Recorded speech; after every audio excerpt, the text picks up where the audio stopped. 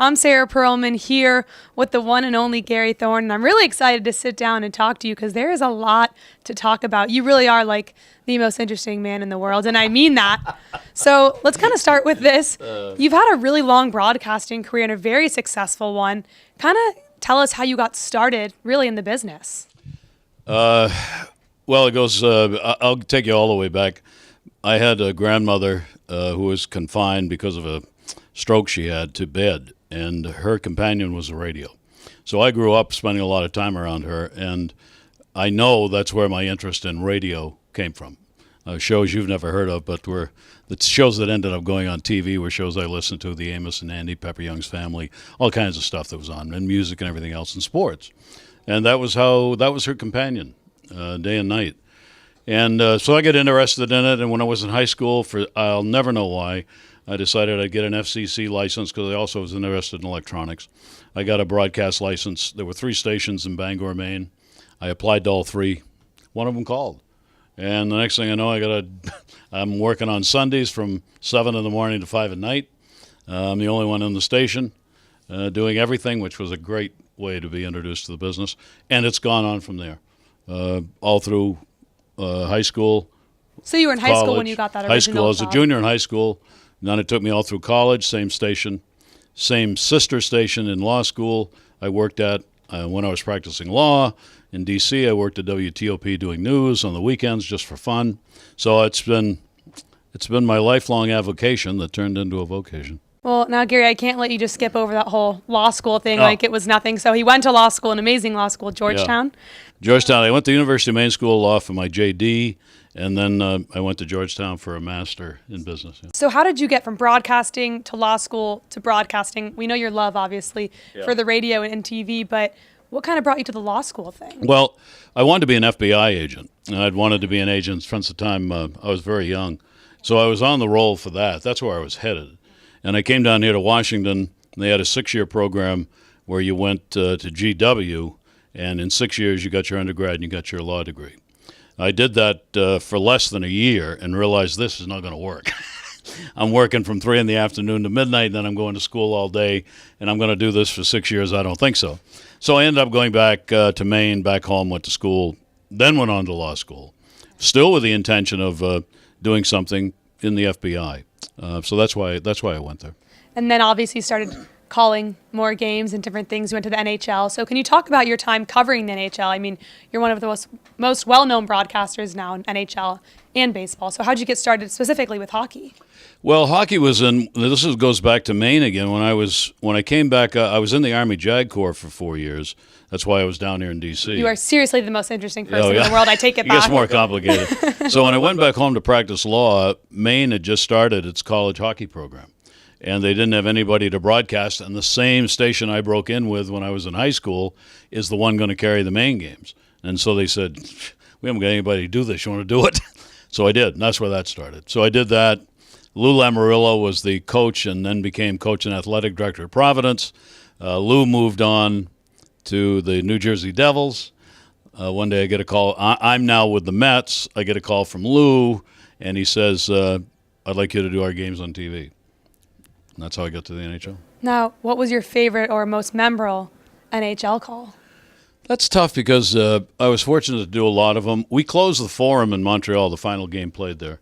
And we did it with tuxes on, and it was a wonderful night. They had all of the great Canadian players who were alive on the ice after the game. And to be there for the closing of a true institutional building was a very special moment.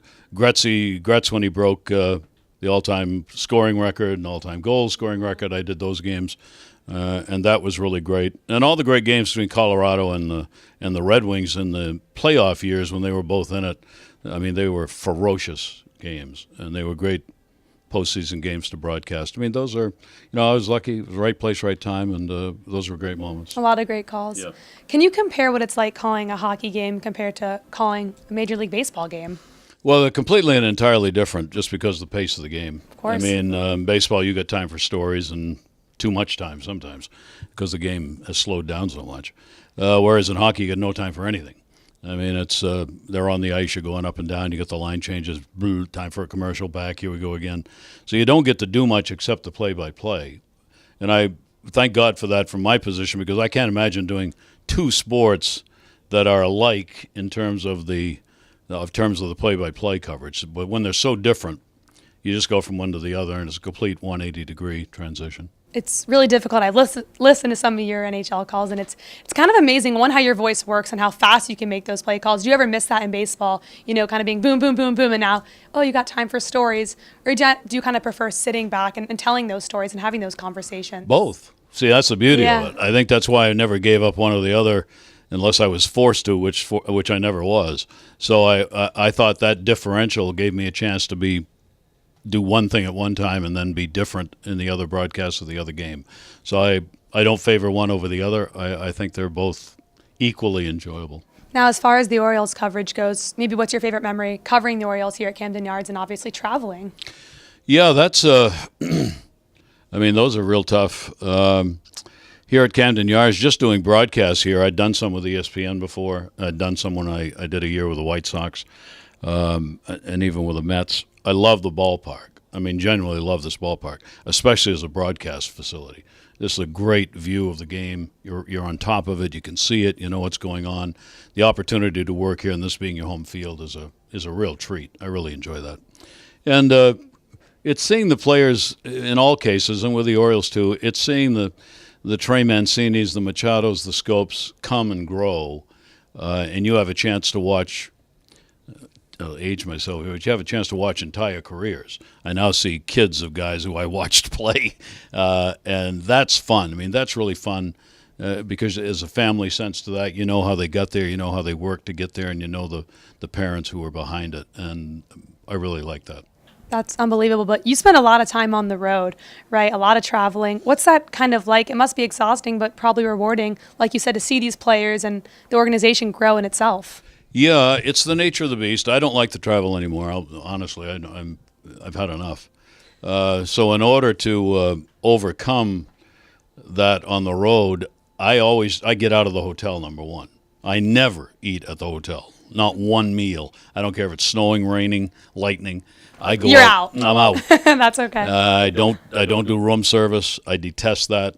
Anything. I sleep in my room and then I get the hell out of there.